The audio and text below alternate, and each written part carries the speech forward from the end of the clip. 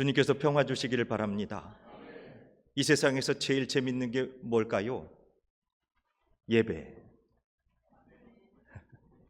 이 세상에서 제일 아름다운 게 뭘까요? 예배.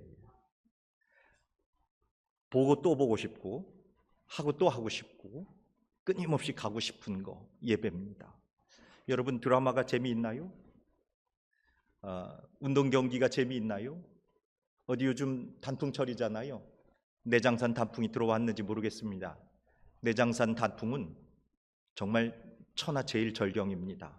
그래서 내장산 정상에 딱 올라가서 아래를 내려다보면 그 붉게 타는 그 내장산을 바라보면 말이죠, 마음이 막 쿵쾅쿵쾅 뛸 정도로 내장산이. 외설하게 올라서 동해바다를 내려다보셨나요? 와 하는 탄성이 나죠. 여러분, 카나다와 미국을 가로지르는 나이아가라 폭포 위에 올라가 보셨나요? 확 쏟아지는 그 엄청난 폭포의 위압감, 가히절경이죠. 저 아래 남미로 내려가 가지고 파라과이와 브라질과 아르헨티나 3국의 접경에 있는 이구아수 폭포를 보셨나요? 그 이구아수 폭포는 나이아가라를 압도할 정도로 위대하죠. 그리고 여러분, 저 티베트 고원의 해발 5,500m 가보셨나요? 거기에 가면 남초라고 하는 호수가, 좌우 반경이 120km나 되는 호수가 해발 5,500m에 있어서 그 아름다운 풍경을 보면 눈물을 흘리지 않을 수가 없습니다. 이 세상에 어떤 드라마와 어떤 소설과 그리고 어떤 풍경을 다 합쳐서, 제가 지금 이 말씀드린 아주 작은 것들, 이런 것들을 다 합쳐 재미와 아름다움과 영광된 것을 다 합친다고 한들 오늘 우리가 드리는 이 예배에 비할 수가 있어요, 없어요? 자신이 없네요. 비할 수가 없습니다. 혹시 이거보다 더 재밌고 이거보다 더 아름답고 이거보다 더 영광된 거 있다고 생각하시는 분, 예배 끝나고 뒤로 나오세요. 저한테 얘기해 주세요.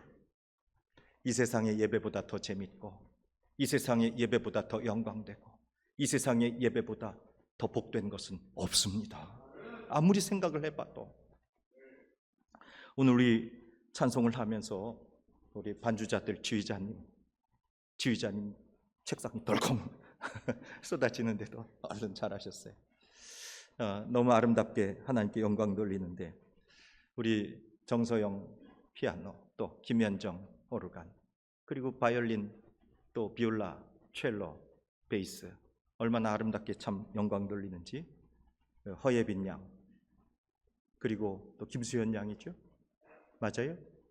그리고 고재민 양, 최시영 양, 그리고 이세린 양, 이와 같이 아름답게 하나님 영광 돌렸는데, 우리 박수로 한번 하나님께 영광 돌릴게요. 네, 감사합니다. 제레미 립킨이라고 하는 미국 경제학자, 1945년생인데요. 펜실베이니아 대학에서 국제정치학, 국제경제학을 전공한 분은 1980년에 이미 엔트로피라고 하는 책을 발간하면서 인류의 미래를 예측합니다. 그 이후에 노동의 종말 또는 소유의 종말, 그리고 생명것 정치학이라고 하는 책을 발간하면서 이 시대에 특별한 통찰력을 주는 시대의 선생님인데, 그 책 중에 소유의 종말이라고 발간된 2000년에 출판된 책이 있는데, 이 책의 원제는 The Age of Access 이렇게 되어 있는데, 이 시대는 이제 소유하고 그리고 생산하고 자꾸 모집하는 이런 시대에서 접근의 시대로 변화한다. 그 제목은 이제 소유의 종말이라 이제 이렇게 책을 번역을 해서 달았는데, The Age of Access, 그러니까 접근의 시대로 간다는 얘기입니다. 여러분, 간단하게 생각해 보면 그래요. 우리가 이전에 음악을 들으려면 카세트 테이프를 사거나 또는 LP 판을 사거나 또는 CD, 요즘에 뭐 USB 이런 것들을 여러분들이 저장을 해서 소유하잖아요. 그런데 이제는 그런 것들 필요가 없습니다. 여러분들 스마트폰을 통해서 너튜브에 들어가 버리면, 그러면 여러분들이 원하는 음악을 CD나 카세트 테이프나 아니면 비디오 테이프 아니면 LP, 어떤 것으로도 들을 수 없었던 음악을 내가 소유하지 않았는데 뭐 하기만 하면 접근하기만 하면 그것을 얻을 수 있는 시대가 됐다. 그것을 이미 25년 전에 이 제레미 리프킨은 예언을 했던 것입니다. 그래서 이 시대는 그렇게 변화하고 그 기술과 정보와 그리고 네트워크 시대 속에서 자꾸 소유하려고 하는 시대가 아니라 접근하는 시대로 새로운 시대가 열려지게 될 거다 예측을 한 것이죠. 실제로 그렇게 변하고 있고요. 그러니까 자꾸 소유하는 것보다는 무엇인가 접근할 수 있는 권한, 이것들이 더 강화된다는 예측을 한 것입니다.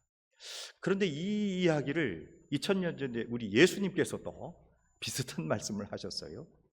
소유하는 것이 천국에 접근할 수 있는 것이 아니라 소유를 내려놓고 천국에 접근할 수 있는 권한이 있다고 하는 것을 어떤 청년에게 말씀해 주시는데, 마가복음 10장 21절에서 예수께서 그를 보시고 사랑하사 이르시되, 그를 사랑하셨다고 그랬어요. 예수님이 사랑하셨다는 말씀은 성경 본문에 많이 나타나지 않는데, 이분을 예수님께서 특별히 사랑하셨던 걸 보면 아마 예수님의 제자의 반열에 있었던 것 같기도 합니다.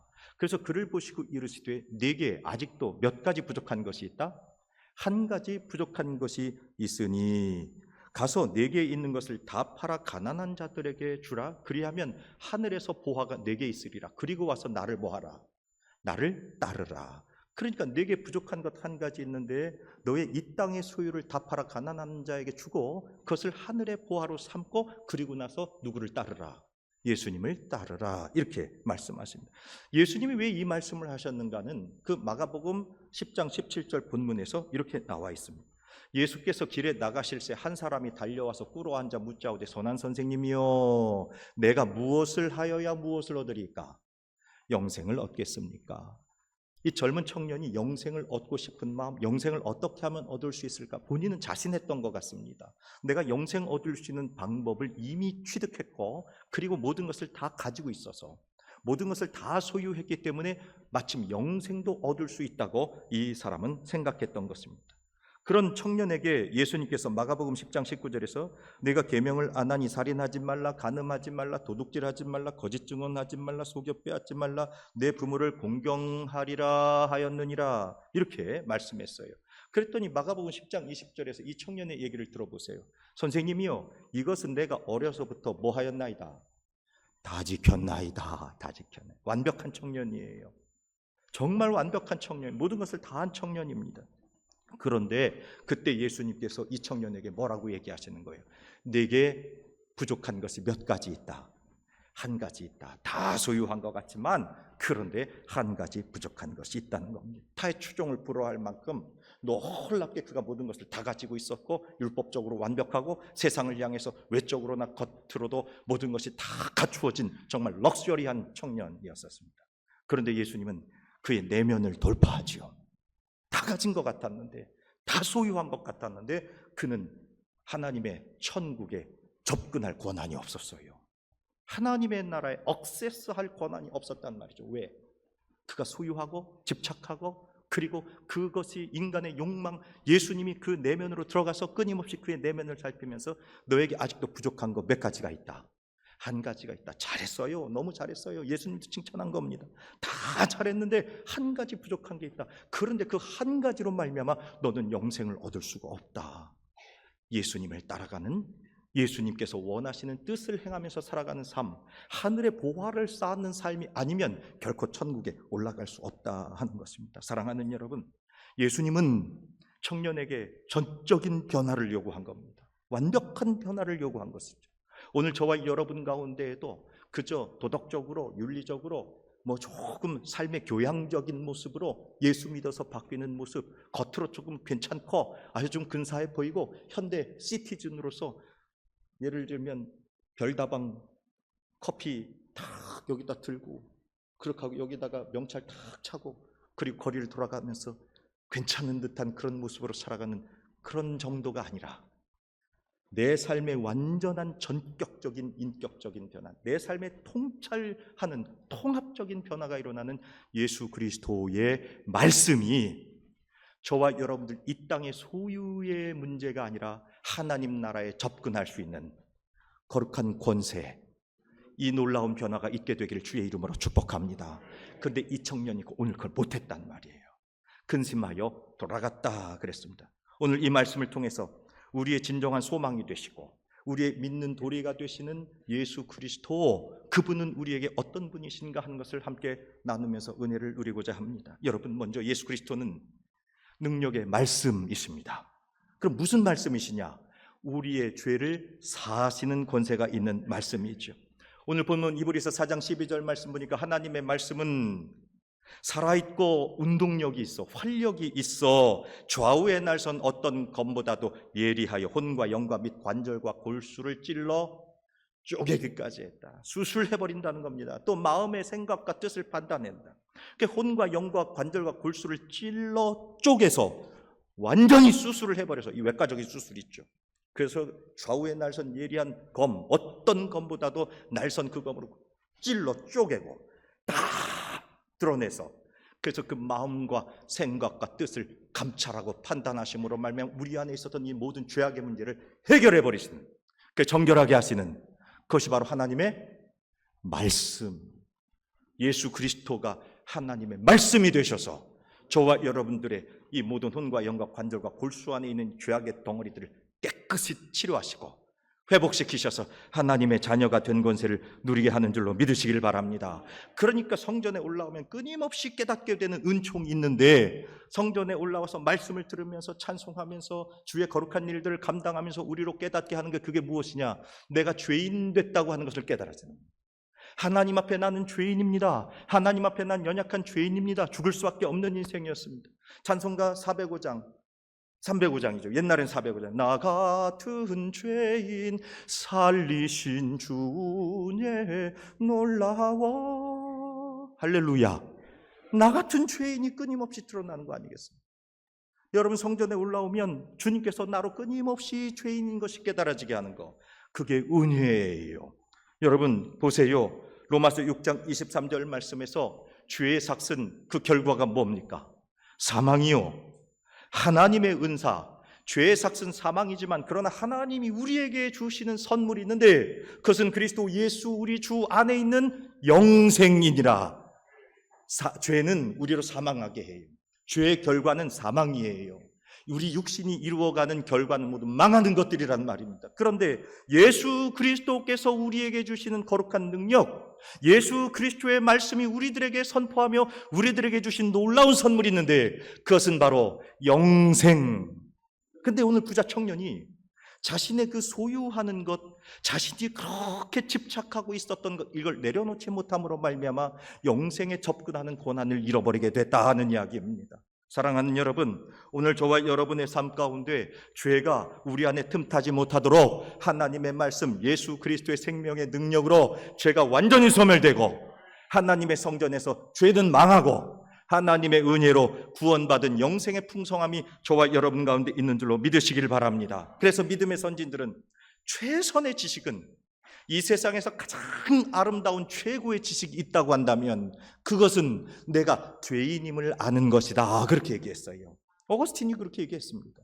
그러므로 저 여러분들이 성전에 올라와서 말씀을 들으면서 끊임없이 나는 죄인이요, 어찌할꼬 이것이 깨달아지면 저와 여러분 가운데 부어주신 하나님의 무한하신 은혜가 저와 여러분들 생명에 이르게 하고 영생에 이르게 하는 줄로 믿으시기를 바랍니다. 그래서 이제 죄는 없어지고 영원히 사는 영생의 은혜 가운데 주시는 하나님의 능력의 말씀, 그분이 바로 예수 그리스도시다, 그 얘기예요. 다시 마가복음으로 잠깐 돌아가 볼게요. 10장 17절 말씀에 예수께서 길에 나가실새 한 사람이 달려와서 꿇어앉아 묻자오되 선한 선생님이여 내가 무엇을 하여야 이것을 얻으리이까? 무엇을 하여야 이것을 얻으리이까? 맞아요, 영생을 얻으리이까? 성도의 영원한 단 한 가지 질문이 있다고 한다면 무엇을 하여야 영생을 얻으리까? 죄의 삭은 사망이지만 하나님의 은사는 예수 그리스도 주 안에서 우리가 영생을 얻기를 원하시는 거니, 여러분 이 시간에 저와 여러분 이 땅에 있었던 어떤 육신의 것들, 그것들을 소유하고 그것을 집착하고 그것에 마음 빼앗겨서 영생에 이르는, 영생에 접근하는 권한을 놓치지 않게 되기를 주의 이름으로 부탁을 드립니다. 영생을 붙잡아야 되는 것입니다. 그래서 이 부자 청년이 물었을 때 예수님은 그가 모든 걸 다 잘했다, 너무 훌륭하다, 그럼에도 불구하고 예수님이 말씀하신 거예요. 마가복음 10장 21절에서 내게 몇 가지 부족한 게 있다, 한 가지 부족한 게 있다는 거예요. 여러분, 우리 육신이 강건해요. 우리 기관들이 많습니다. 그런데 여러분 여기 숨통, 숨통이 여길 수도 있겠죠. 어딘가 하나만 탁 붙들고 있으면 우리 목숨을 위협받는 거예요. 1000가지, 10,000가지가 다 잘 돼도 숨통 하나면 우리 목숨이 끊어지는 거죠. 마찬가지입니다. 예수 그리스도 이름의 권세, 예수 그리스도께서 나의 죄를 사하시고 하나님의 자녀 삼으셨다고 하는 그 거룩한 영적 숨통, 예수님의 말씀이 저와 여러분을 영생에 이르게 하는 줄로 믿습니다. 아무리 내가 겉으로 대단한 것 같고 육신의 율법적인 것들을 다 행한 것 같을지라도, 그러나 예수님의 능력, 예수님의 말씀의 권세가 내 안에 있지 않으면 영적인 숨통이 열려지지 않는 거죠.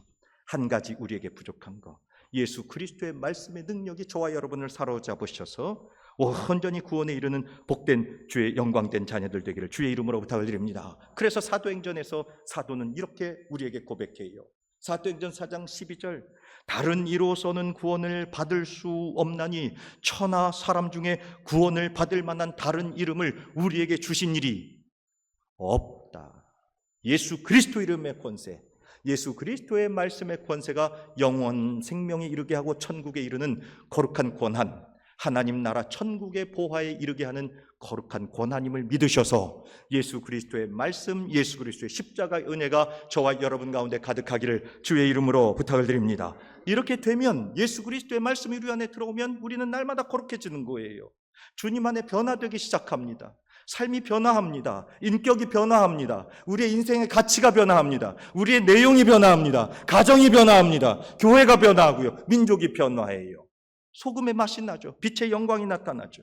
그래서 고린도후서 3장 18절에서 바울 사도는 우리가 다 수건을 벗은 얼굴로 마치 무엇을 보는 것 같이, 거울을 보는 것 같이 주의 영광을 본다. 그 주의 영광이 내게 임함으로 말미암아 그리스도와 같은 형상으로, 하나님과 같은 형상으로 변화하여, 주님의 능력의 말씀, 예수 십자가의 그리스도의 말씀의 능력이 내 안에 들어와 버리면 마치 거울을 보는 것 같이 주의 영광을 바라보게 되므로 그 영광이 내게 임하여서 내 삶이 그리스도의 형상으로, 하나님의 형상으로, 거룩한 성령의 능력으로 변화되고 주의 영으로 말미암아 영광에서 영광에 이르게 되는 이 놀라운 은총을 누리게 된다. 그 얘기입니다. 예수 그리스도의 말씀이 영생에 이르게 할 뿐만 아니라 저와 여러분의 삶이 이렇게 바뀌어 변화하게 되는 것. 그게 어디로부터 시작되느냐? 예수 그리스도의 말씀, 하나님의 말씀, 살아있고 운동력이 있고 활력이 있어서 좌우의 날선 어떤 검보다도 예리하여 우리의 혼과 영과 및 관절과 골수를 찔러 모하기까지 하여, 쪼개기까지 하여 마음과 뜻과 생각을 판단하고 감찰하시는 그 하나님의 말씀이 저와 여러분들의 모든 죄를 다 없애버리고 하나님의 거룩한 성품에 동참할 뿐만 아니라 요한복음 4장 12절에서 예수님께서 우리에게 약속하신 그 거처, 예수님이 목수가 되셔서 하늘집을 다 건축하시고 준비하셔서 이 목사 올라와, 아무개야 올라와, 내가 다 장막을 준비했어. 예수님이 직접 지으신 그 집에서 영원한 생명을 누리게 되는 줄로 믿으시길 바랍니다. 그러므로 천국의 보화, 천국을 소망하는 자는 이 땅의 소유에 집착하지 않습니다. 어떻게 하면 내가 영생을 가지고 하나님의 나라에 억세스 접근할 수 있을까? 하나님의 거룩한 것에 접근할 수 있을까? 이것을 바라보는 삶을 사는 것. 이것이 바로 저와 여러분 가운데 주신 예수 그리스도의 능력, 예수 그리스도의 말씀의 권세가 저와 여러분을 복되어가는 영생에 이르게 하는 것이니 이 말씀 예수 그리스도를 붙잡으시기를 주의 이름으로 부탁을 드립니다. 그럼 그 예수님은 우리에게 어떤 분이냐? 예수님은 우리의 연약함을 아시는 분이에요. 히브리서 4장 15절 본문 말씀 보니까 우리에게 있는 대제사장은 우리의 연약함을 동정하지 못하실 분이 아니라 우리의 연약함을 동정하실 수 있는 분이다. 그 얘기는 우리 연약함을 도우시는 분이다. 우리의 모두 똑같이 무엇을 받으신 이다? 시험을 받으십니다. 그러니까 예수님께서 우리의 연약함을 다 짊어지시죠. 여러분 이사야 53장 3절 말씀에서 선지자는 그는 주님은 멸시를 받아 사람들에게 버림받았고 간고를 많이 겪었고 질고를 아는 자라, 마치 사람들이 그에게서 얼굴을 가리는 것 같이 멸시를 당하였고 우리도 그를 귀히 여기지 아니하였도다. 예수님 버림받았다는 거예요. 예수님 멸시당했어요. 아예 얼굴도 쳐다보지 않을 정도로 침 뱉고 말이죠. 채찍으로 때리고 갈대로 조롱하고 예수님이 우리의 모든 멸시를 다 당하셨다 하는 이야기입니다.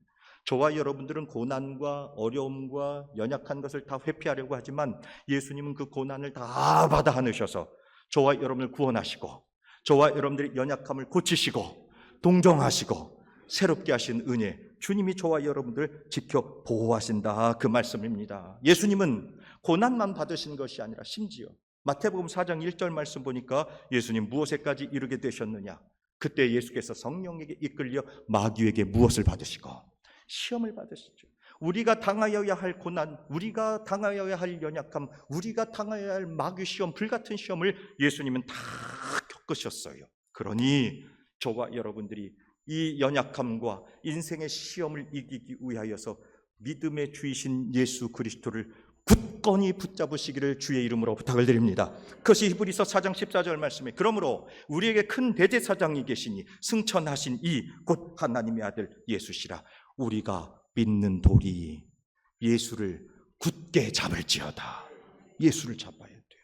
그래야 우리에게 영생의 능력이 나타나고 우리의 연약함과 우리의 시험을 주님께서 이기게 하시니, 사랑하는 여러분, 세상 것 쫓아가지 마시기를 바랍니다.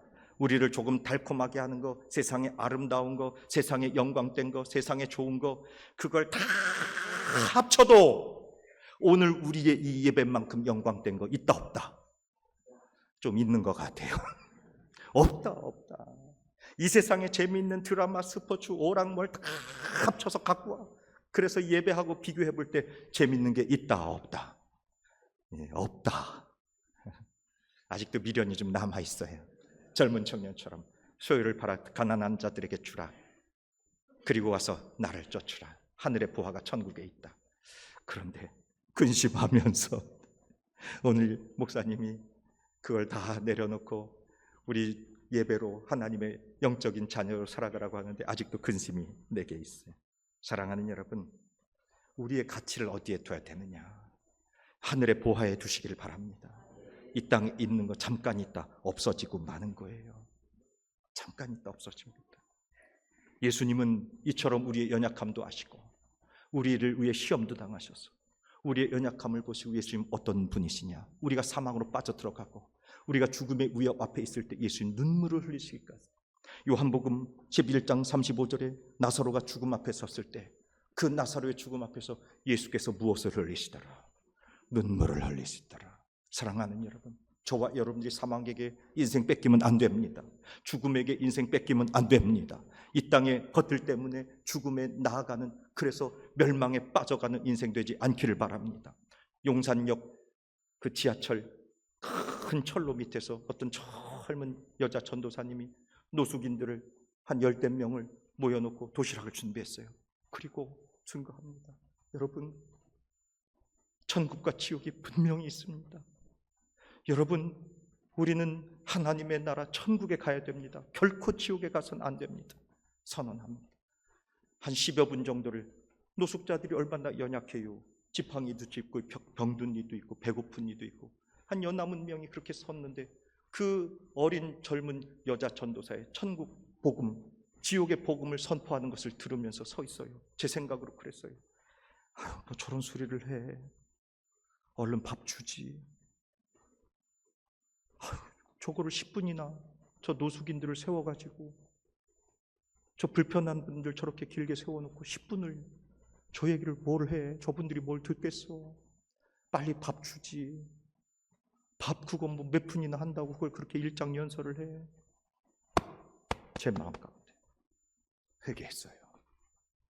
여러분, 우리가 밥의 가치가 있는 것이 아니라, 이 땅의 소유의 가치가 있는 것이 아니라, 잠깐 밥 굶어도, 잠깐 인생 연약해도 하나님의 나라에 접근할 수 있다고 한다면, 영생에 이를 수가 있다고 한다면, 여러분, 그것이 우리에게 얼마나 큰 능력이 되겠는가.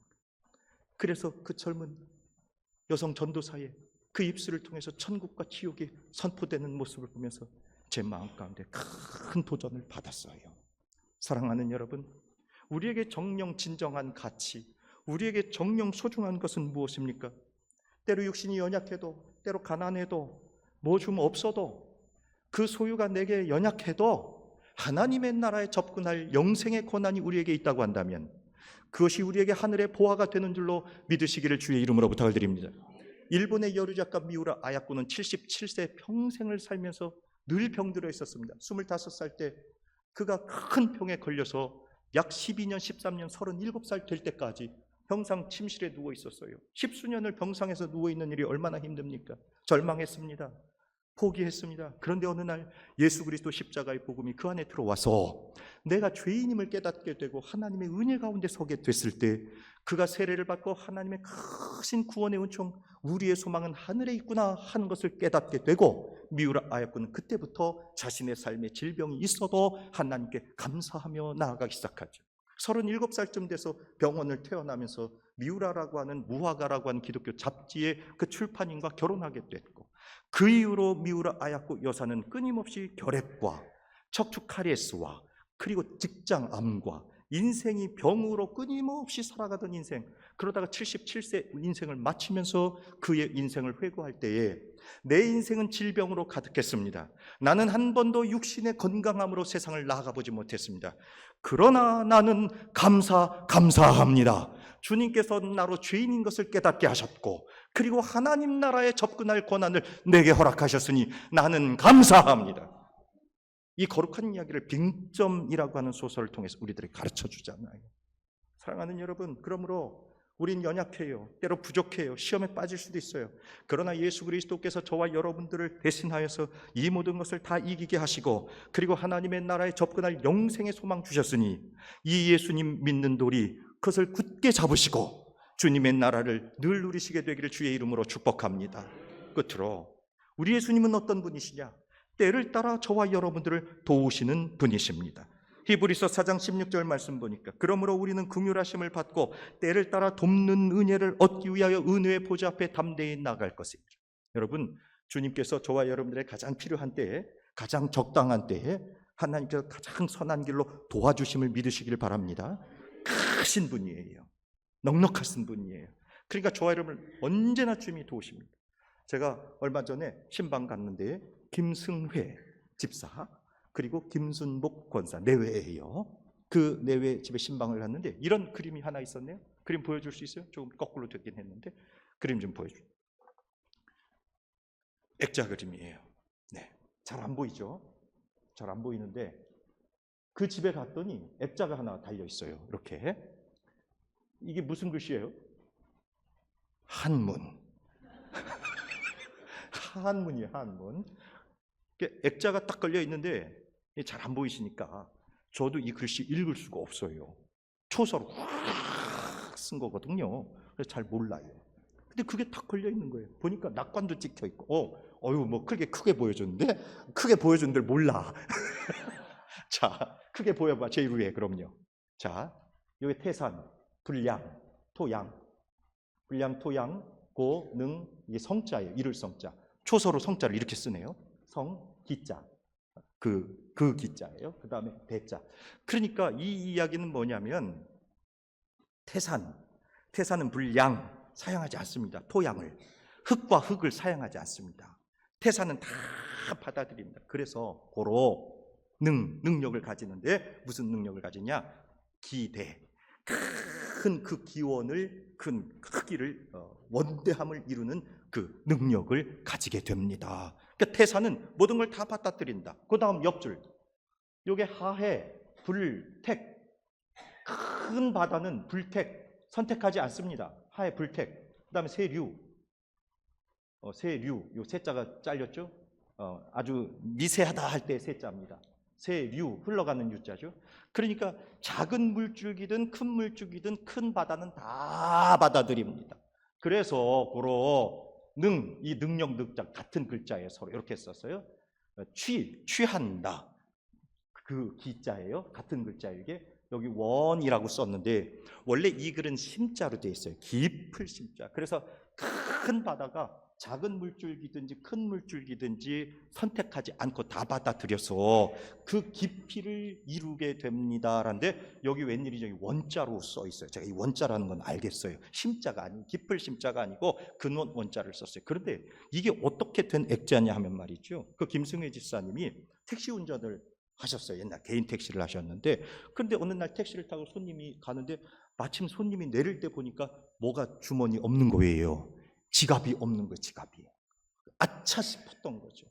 그래서 그 김승혜 집사님이 가만 보니까 이분이 그저 점잖은 분 같고 일부러 이렇게 요금을 내지 않으려고 이러시는 것 같지 않아서 괜찮습니다 선생님 가세요 괜찮습니다. 그랬더니 이 택시에 탔던 손님이 꼭 연락처를 좀 달라고, 그래서 그 연락처를 괜찮다고 그러는데도 그 연락처를 받았더니 나중에 그 선생님으로부터 전화가 온 거예요. 한번 좀 오시라고 말이죠.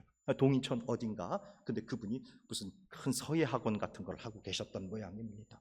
그런데 이분이 누구냐면 율곡 이 선생님의 11세 손 이창영이라고 하는 선생님인데, 그래서 서예 대전 같은 데 나가서 큰 실력을 발휘했던 분. 그 율곡 이 선생님의 11세 손이 이 글을 써서 무슨 값으로 준 거예요? 이게 택시비예요. 그래서 제가 그것을 봤어요. 아까 보니까 임신년에 2012년쯤 되는 것 같아요. 임신년에 기사 김승회 씨에게 청육 이창영이 증정합니다라고 낙관을 탁 찍어서 이렇게 있어요. 그래서 제가 속으로는 저거 저 주세요. 속으로 했다니까, 속으로. 저는 이 태산과 하해라고 하는 말, 이것은 진시황 시절에 그의 책사였던 이사라고 하는 선생님, 그 참 공무원이죠. 진나라가 위기에 빠졌을 때 임금님 이렇게 하십시오. 태산과 같아야 됩니다. 하해와 같아야 됩니다.